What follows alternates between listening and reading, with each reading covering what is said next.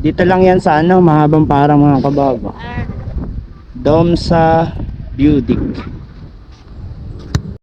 Yung mga kabaga, good afternoon po sa inyong lahat. Samahan nyo kami ngayon mga kabaga, magpapahangin lang, magmumuni-muni habang nagkakape at nagmimerienda dun sa Dome sa Budik. Dito lang yan malapit sa Angono Rizal sa may mahabang parang lang. So samahan nyo kami mga kabahag. Oras natin ngayon is 3:50 PM na. So sakto-sakto yan. At sabay nating panoorin ang paglubog ng araw. So maganda doon, mahangin, magandang tambayan. Kung hanap nyo yung nakaka-relax na view, yun, samahan nyo kami mga kabahag at pupuntahan natin. Let's go.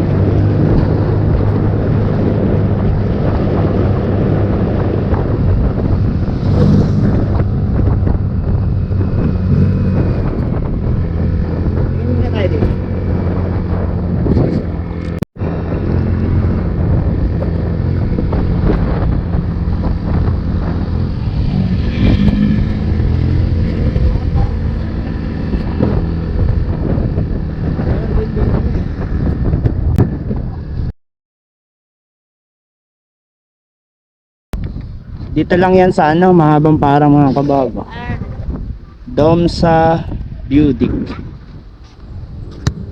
Picture me.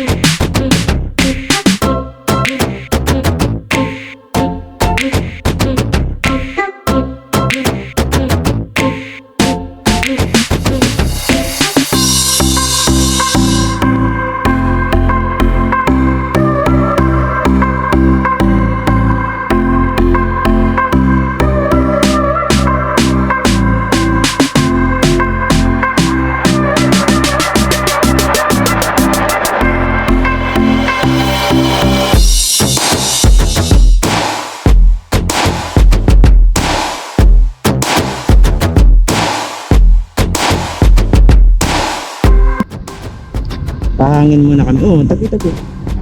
Doon kami. Para nakaharap yung motor.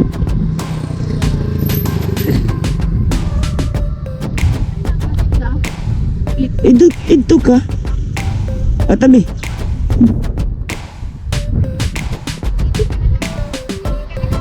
Ano nga ni?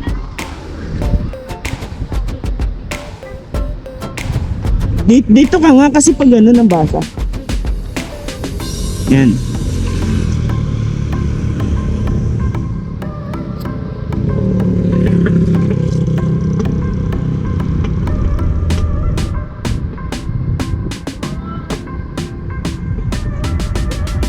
Malayo. Maganda parang dito. ano. At yun nga mga kabahag, pagkatapos ng picture doon sa view deck, bumaba na kami para pumunta kami sa mismong tambayan. So marami ditong tambayan, matatambayan. Mamimili na lang kayo kung saan nyo gustong tumambay sa magandang spot. So kami, dito namin napiling tumambay sa bungad lang. Ayan, madaming mapepwestuhan dito mga kabahag. So pwede rin kayo ditong mag shot kasi may mga kubo-kubo dito. Ayan. So pwede kayo ditong uminom kung gusto nyo yung ganitong view at ka-relax na lugar. Yan, mag-enjoy kayo dito mga kabahag, puntahan nyo na rin.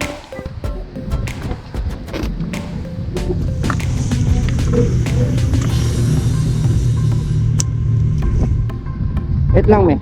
Tingnan ka lang ibon. Ibon siya. May ibon dito.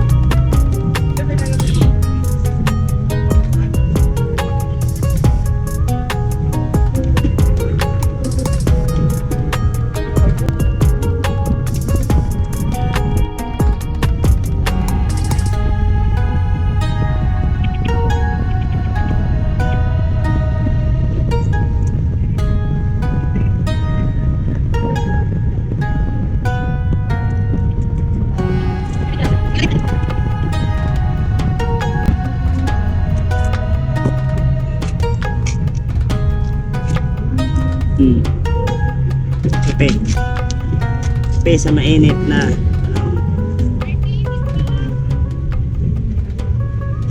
Apply na kasi.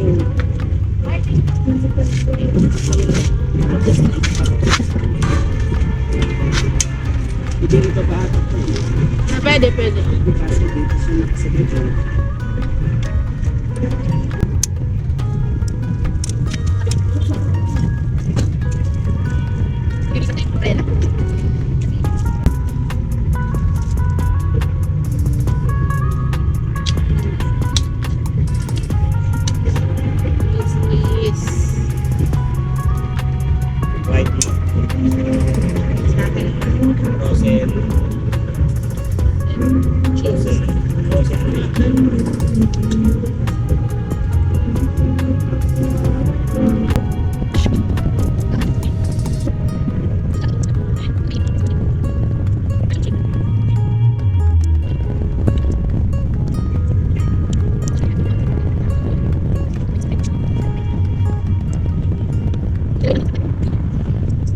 Diba mga kabahag, kaya kung gusto nyo rin po yung mga ganitong pasyalan na nakaka-relax dahil ang ganda pa rin ng view, grabe. Tapos ito, mumuni-muni ka lang dyan habang pinagmamasdan yung magagandang view dito, kakape. 'di ba? Nakaka-relax. Kaya ano pang hinihintay nyo mga kabahag, puntahan nyo na rin, total malapit lang naman sa Metro Manila to. Kaya kung nag-enjoy kayo mga kabahag sa napanood nyo ngayong araw na to, paki-like naman and share na rin, subscribe nyo na rin mga kabahag.